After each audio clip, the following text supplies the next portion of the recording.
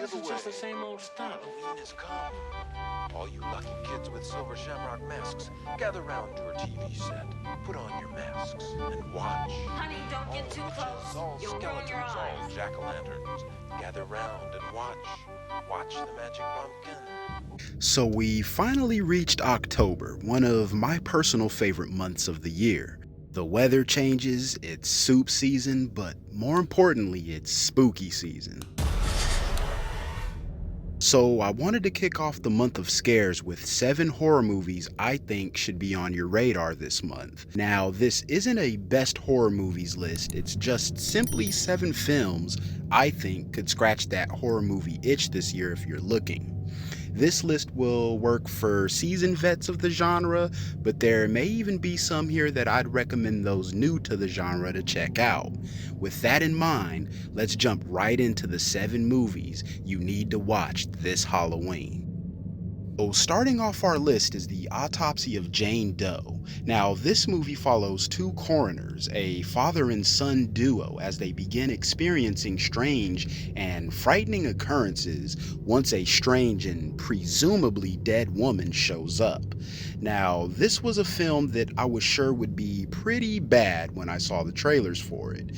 I ended up being pleasantly surprised here. It successfully creates this creepy atmosphere, perfectly balancing out its shocking imagery and jump scares.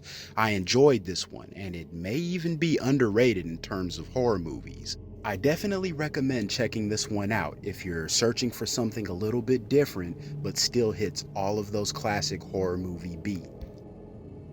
So I wanted to include a slasher movie on this list, and there's several reasons why I'm choosing Friday the 13th.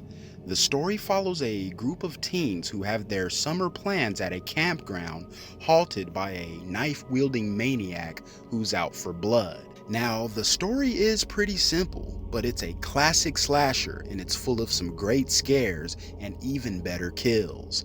It also gave birth to one of the greatest horror icons of all time in Jason. It belongs in the same breath as Halloween and A Nightmare on Elm Street as some of the most influential slashers and honestly horror films of all time. I consider this a classic and a must-watch come Halloween time, and this year you can even watch it on Friday the 13th. I wanted to complete this list by including a film from this year, 2023, that I think is perfect for Halloween, and that's going to be none other than A24's latest horror film, Talk to Me. This follows a group of teenagers who, after recreationally using an embalmed hand to speak to the dead, become haunted by its after effects. This takes the possession genre and gives it a pretty unique spin while giving its audiences a hauntingly good time. I personally think this is possibly the best horror film of the year so far, and it's one I highly recommend checking out this season. Found footage styled horror took off in the late 90s after films like The Blair Witch Project. Many came after, but one of my personal favorites is the Spanish film Rec. The movie follows a reporter and a group of first responders as they are trapped in an apartment complex that appears to be full of infected people who happen to be pretty thirsty for human blood. This is one of the scariest films one can watch, even after multiple viewings. But if you're one of the few lucky ones who'll be watching this for the first time, you're in for a treat. Jump scares are often frowned upon, but here they work, and there are plenty of them. This is mainly due to the claustrophobic found footage style of shooting, and it completely makes the film exciting and horrific at the same time. You may have seen the American remake, Quarantine. Now I want you to forget about that one and go and watch this original. It's perfect for Halloween as it's one of the best found footage horror films of all time, and it's one that's guaranteed to have you on the edge of your seat. Speaking of claustrophobic, I don't think there's a horror film that captures this feeling better than The Descent. It follows a group of friends who encounter more than artifacts as they embark on a caving expedition. This is a movie that doesn't even need a monster to be scary, as the setting is quite enough. But once that element makes its way into the film, this feeling of suspense turns into all-out dread and horror as we watch these characters struggle to survive and make their way out of this cave. The Descent is one of my personal favorite horror movies of all time because it combines so many different genres, but does so in a uniquely cohesive manner. It's campy, yet realistic. It can act as a slasher, but also affects you mentally. This film feeds on so many different fears at once, so it's guaranteed to satisfy every horror movie lover. Cue this one up with no hesitation.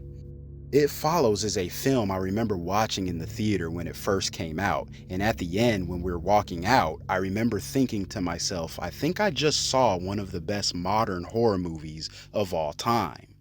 The movie centers on a teen who, after a sexual encounter, is cursed by a supernatural entity that presumes to follow her, and if caught, the outcome could be gruesome. For added suspense, she is the only person who can see this thing following her. This movie isn't for those expecting tons of jump scares, although it does possess one of the best jump scares I think I've ever seen.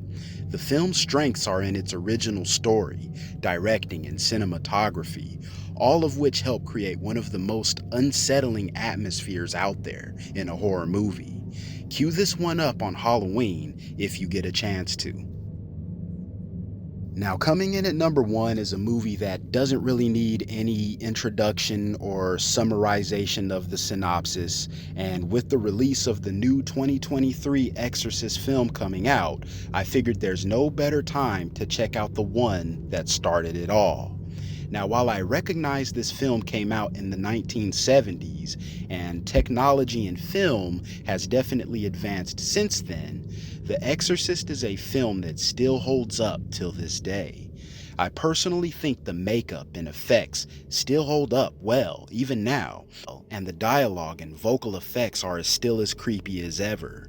Speaking of vocals, the sound design in this film is severely underrated, as you can hear every literal bone-cracking detail clearly. The story also boasts one of the creepiest kids, theme songs, and possession stories in general, leaving little doubt as to why it's still considered one of the greatest horror movies of all time, if not the greatest horror movie of all time. And it's definitely one that's perfect for the Halloween season. So there you have it, folks. 7 films I would definitely challenge you to watch this Halloween. Let me know what you guys are looking forward to watching this Halloween. What are some of your go-tos or films you're hoping to finally watch for the first time? As always, thanks for the continued support. And if you're new here, consider hitting that subscribe button if you're into film analysis, reviews, lists, and more. I appreciate you all, and be on the lookout for more horror-related content this month. I promise you it's coming.